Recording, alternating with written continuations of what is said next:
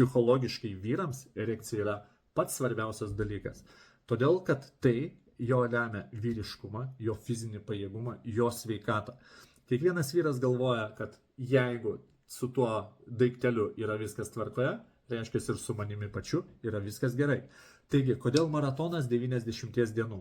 Kodėl 90 dienų yra labai svarbu? Todėl, kad pirmos 30 dienų, pirmas mėnesis yra paruošiamasis. Mes paruošiame kraujotaką, mes paruošiame kepenų veiklą, mes paruošiame vidinę terpėje, pakeičiame šrūkštinis į šarminę.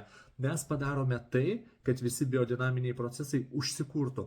Antras 90 dienų yra svarbu todėl, kad tai yra prostatos profilaktika. Mes darome prieš parazitinę programą arba kitaip sakant virusai, bakterijos, grybeliai ir pirmuonės patys paprasčiausiai, kurie puola prostatą ir dėl to prasideda problemų su ją, o dėl to nukenčia ir visa reprodukcinė sistema, mūsų libido, noras ir taip toliau.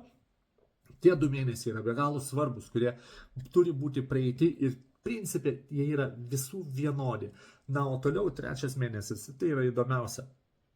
Kompleksinis sprendimas su maisto papildais, su mitybos pakeitimu ir tam tikrais psichologiniais dalykais, o jeigu dar pajungiam fizinius pratimus, jeigu dar pajungiam psichologinius dalykus, iš tikrųjų rezultatas yra.